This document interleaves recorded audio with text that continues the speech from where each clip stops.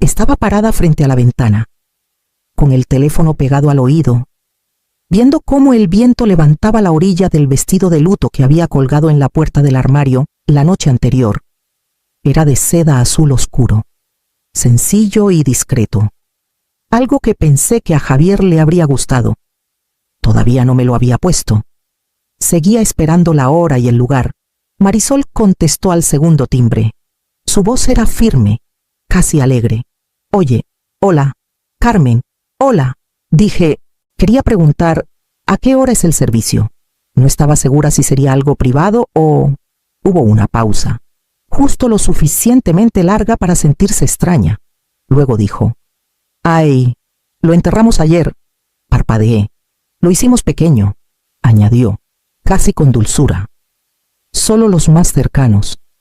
Se me olvidó decirte la forma en que lo dijo ligera, pulida. Como si olvidar mencionar un funeral fuera como olvidar devolver un suéter prestado. Me envió un escalofrío por la espalda. No respondí de inmediato. No podía. Mis dedos se apretaron alrededor del teléfono como si fuera lo único que me mantenía en pie. En el sofá detrás de mí, las tarjetas de condolencia de los compañeros de trabajo de Javier seguían sin abrir. Los zapatos que planeaba usar estaban perfectamente alineados junto a la puerta. Mi mano descansaba en el respaldo de la silla, donde había planchado una foto de la infancia de Javier en un marco pequeño. Pensando que tal vez lo pondría junto al libro de visitas, carraspeé. «Lo enterraron ayer». «Sí», respondió. «Fue hermoso, muy tranquilo. No pregunté quién estuvo ahí. Ya lo sabía, su familia, tal vez algunos amigos de su lado. No yo, no su única madre viva.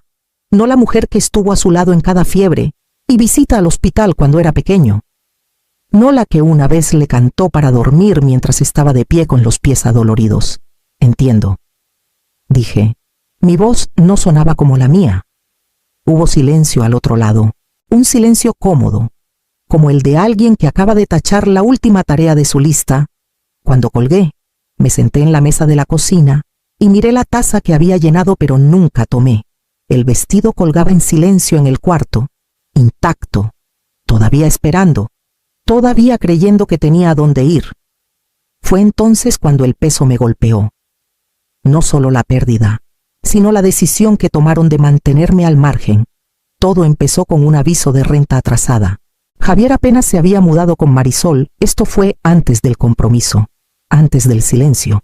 Me llamó una noche, con la voz baja, avergonzado. Dijo que les faltaba un poco, solo esa vez. Transferí el dinero esa misma noche, sin dudarlo. Luego vinieron los mandados, una semana después. Marisol me mandó un mensaje preguntando si podría ayudar a llenar el refri. Lo hice. Envié una caja por una app de entregas huevos, verduras frescas, leche de almendra porque ella estaba tratando de dejar los lácteos. El agradecimiento fue breve, pero educado. Me convencí de que eso bastaba. Luego llegaron las cuentas, internet, luego luz. Cuando su coche se descompuso, cubrí las reparaciones. Me dije que era lo que cualquier buena madre haría.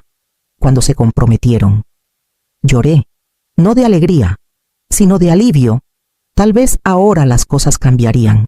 Incluso ofrecí ayudar con la boda solo un poco.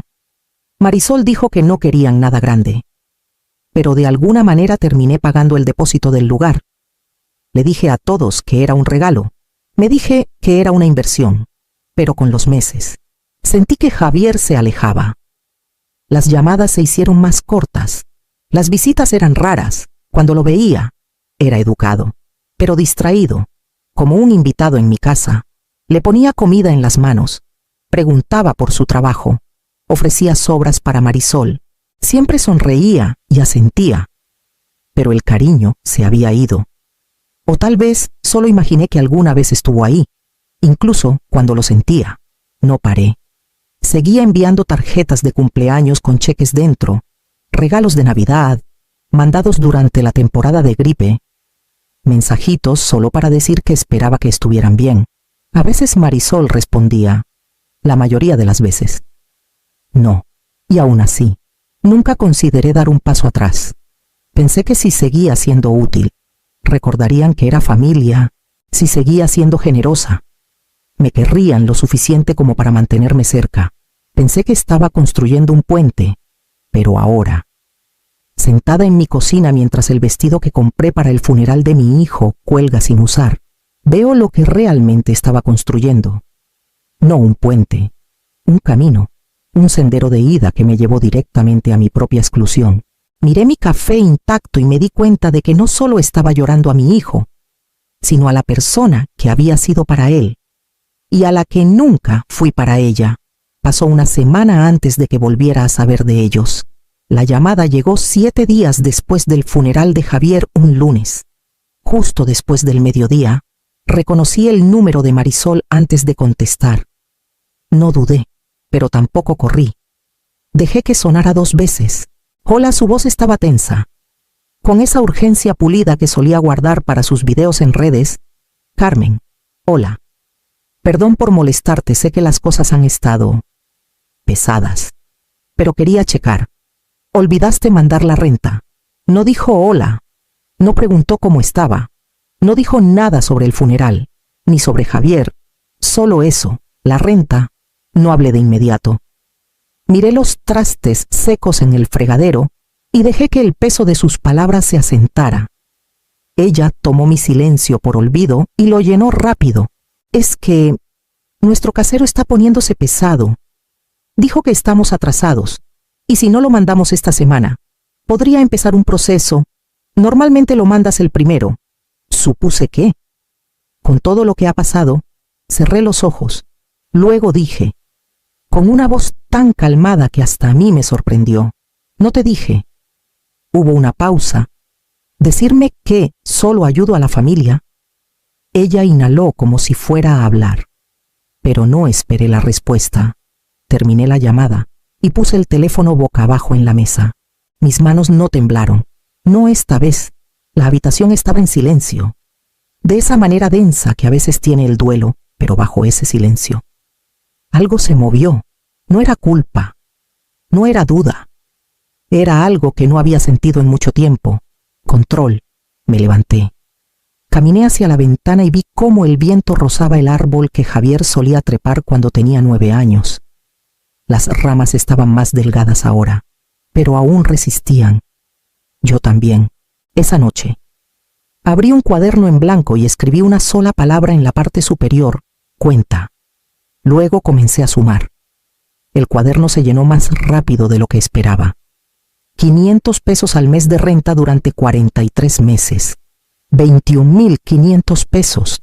Mandados redondeé conservadoramente quizás 150 al mes. A veces más cuando estaban enfermos o tenían visitas. Eso sumó otros 6.000. 2.000 para el depósito del lugar de la boda.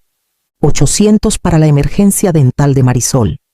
1.000 para las reparaciones del coche de Javier. 200 en efectivo para su cena de aniversario. 300 para una cuenta de teléfono de última hora. 250 para un regalo de baby shower sorpresa que nunca vi que ocurriera. 300 para un purificador de aire que Marisol insistió que necesitaba para sus alergias. Todo sumaba, cada pequeña excusa, cada vez que pensé, bueno, si esta es la última cosa que piden, el total llegó a 38.650 pesos. Miré el número hasta que la tinta comenzó a desdibujarse, no porque estuviera llorando, sino porque mi mano comenzó a temblar de tanto escribir. Y no por tristeza, por rabia. No era el dinero. Habría dado el doble si alguna vez hubiera sentido que significaba algo para ellos más allá de conveniencia. Pero ese era el asunto. No, nunca pidieron por desesperación. Pedían porque sabían que diría que sí. Cada vez. Los gracias siempre venían envueltos en suposiciones. Los mensajes de Marisol siempre eran dulces, lo justo para hacerlo, pero ahora me daba cuenta de que nunca llegaban a menos que necesitara algo. No había llamadas para ver cómo estaba. No había visitas sin motivo. Me habían tratado no como madre, ni siquiera como persona, sino como una línea de crédito confiable con una voz suave y una culpa sentimental. Dibujé un cuadro alrededor del número final y cerré el cuaderno. Esto ya no era duelo. Era documentación.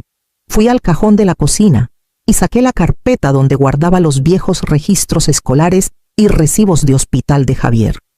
Luego, puse una nueva etiqueta en una carpeta nueva y escribí en letras grandes González, gastos. Mañana llamaría al banco. La mujer en el banco apenas levantó la vista cuando le pasé mi identificación. Tecleó algo en su computadora. Me hizo unas preguntas de rutina y confirmó lo que ya sabía. Mi cuenta tenía varias transferencias recurrentes a la casa de los González. Le pedí que las cancelara todas, cada una, cuando dudó. Me acerqué y dije, enterraron a mi hijo sin decírmelo. Ya no pago por ser olvidada, asintió. En silencio, sin más preguntas. Salí con un pequeño montón de recibos y la primera respiración limpia que había tomado en semanas. Esa tarde, manejé a una oficina escondida detrás de un centro comercial cerca de la farmacia. La abogada había sido recomendada por una vecina hace años. Laura Mendoza, de unos 50 y tantos, ojos agudos, sin rodeos. Me saludó amablemente, pero no con suavidad, lo cual agradecí. Escuchó mientras le explicaba qué había pasado. No omití nada. Tomó notas rápido, levantando la vista de vez en cuando para asegurarse de que no había perdido el hilo o el valor.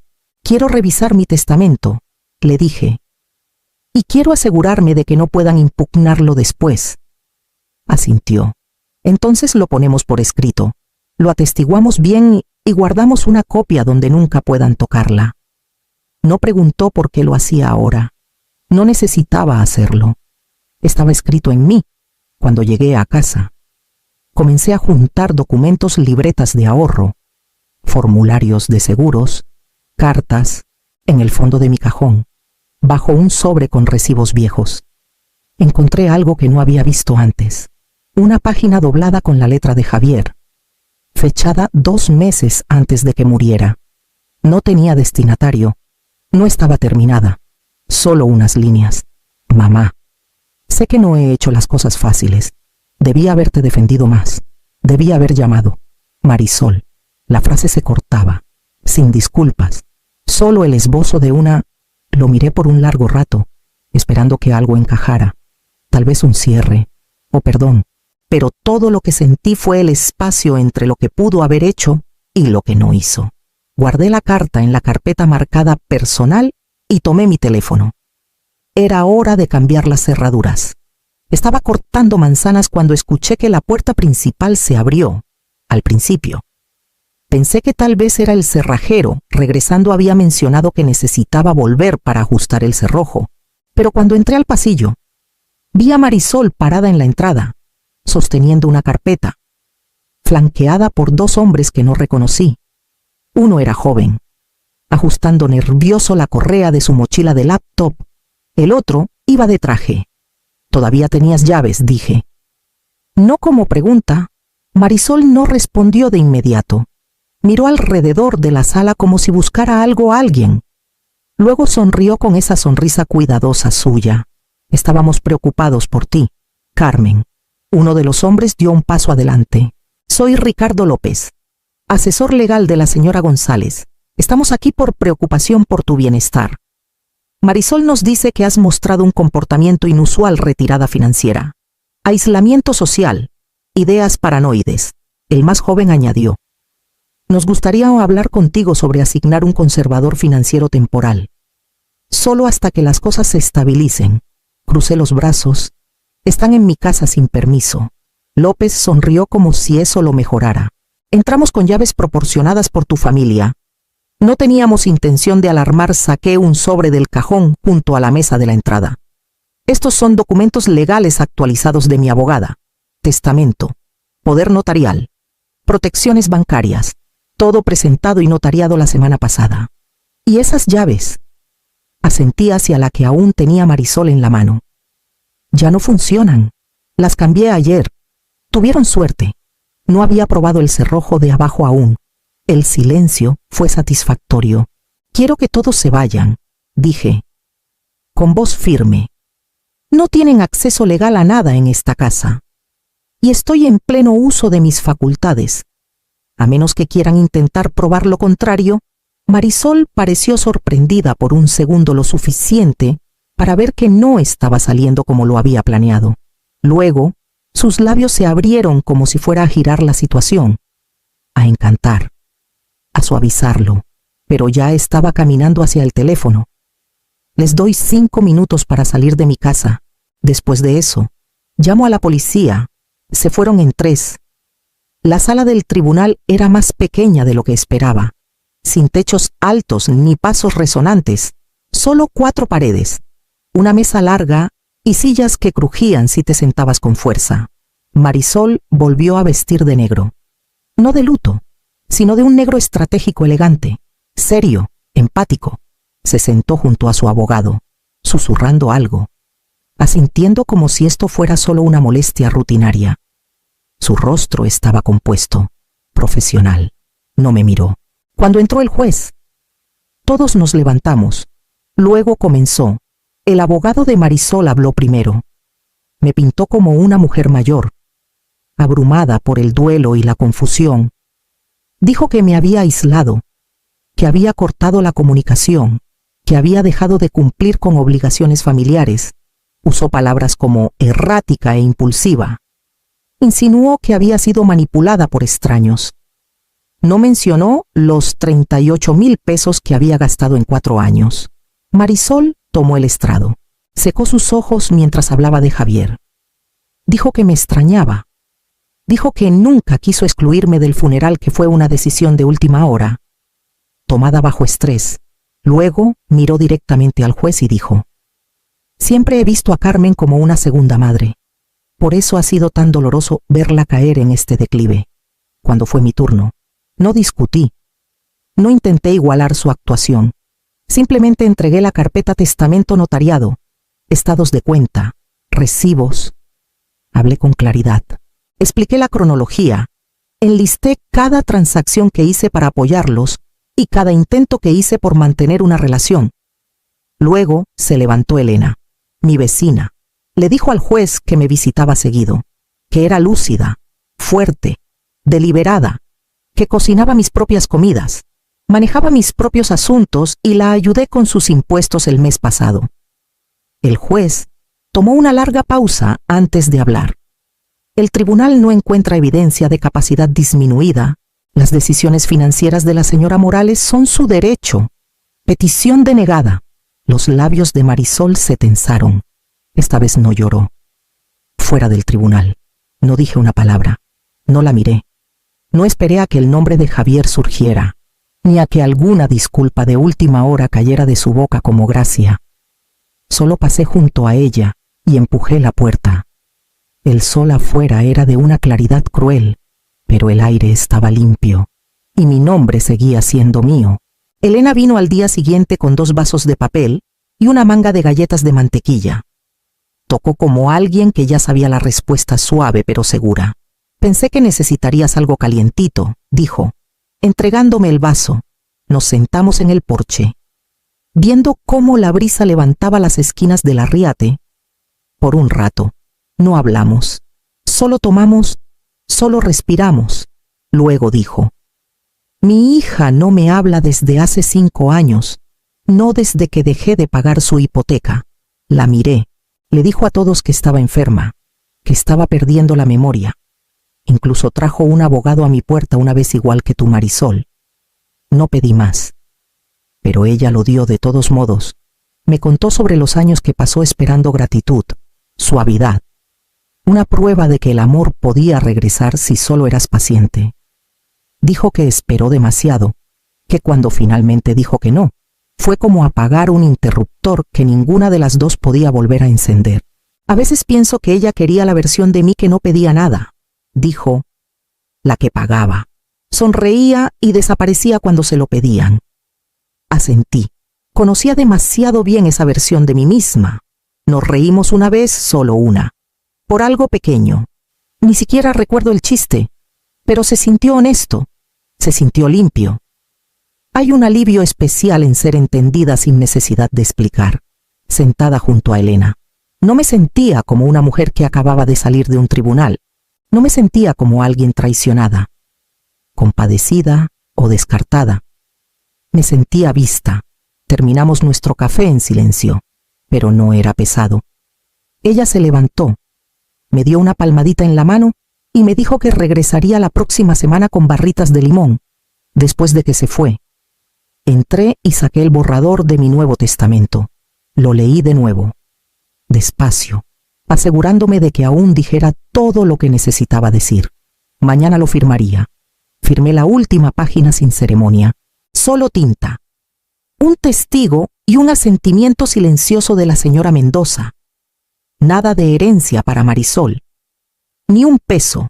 En cambio, una parte de la herencia iría a un fondo de becas nombrado por Javier, no por el hombre en que se convirtió al final, sino por el niño que crié, el que amaba los libros, que una vez se quedó despierto hasta tarde hablando de ser maestro, el que solía preguntarme si la luna se veía diferente desde cada ventana de la casa. La beca sería para estudiantes que habían salido del sistema de acogida o para aquellos que no tenían contacto con sus familias, niños que cargaban el peso de ser olvidados. Se sentía correcto. Ya no estaba enojada, no como lo estuve antes, la ira. He aprendido, se quema rápido. Lo que queda es algo más tranquilo, una especie de acero bajo la piel. No estaba haciendo esto para castigar a Marisol. Lo hacía para contar la historia yo misma. No sería recordada como la mujer que firmaba cheques y fue excluida de funerales. Sería recordada si es que me recordaban como alguien que cambió de dirección cuando lo necesitó. La señora Mendoza guardó los papeles en una carpeta y sonrió. Esa sonrisa que decía que sabía que esto me había costado más que dinero. Afuera. Me senté en mi coche por un largo rato. Vi pasar a la gente, padres jalando a niños pequeños en los cruces. Un hombre comiendo un sándwich en una banca. La vida seguía, no por mis decisiones ni a pesar de ellas, solo porque siempre lo hace. Cuando llegué a casa, puse el testamento firmado en la caja fuerte del armario, justo encima de la carpeta etiquetada González, gastos. Cerré la puerta, luego salí, llevando solo la carta que Javier escribió y nunca envió. Era hora de despedirme a mi manera. Caminé al lago justo antes del atardecer, con la carta de Javier doblada cuidadosamente en el bolsillo de mi abrigo. El agua estaba quieta. No había nadie más alrededor, solo los árboles, el suave movimiento del viento y el silencio que se asienta cuando el día finalmente se suelta. Me senté en la misma banca donde solía llevar a Javier cuando era pequeño, en ese entonces. Traía galletas en los puños y las lanzaba una por una a los patos. Solía preguntarme si los lagos tenían sentimientos, si el agua sabía cuando alguien estaba triste. Desdoblé la carta. Mamá, sé que no he hecho las cosas fáciles. Debí haberte defendido más. Debí haber llamado. Marisol. Ahí terminaba, sin signos, sin continuación. La leí en voz alta de todos modos. Cuando terminé, encendí un cerillo y puse la esquina del papel en la llama.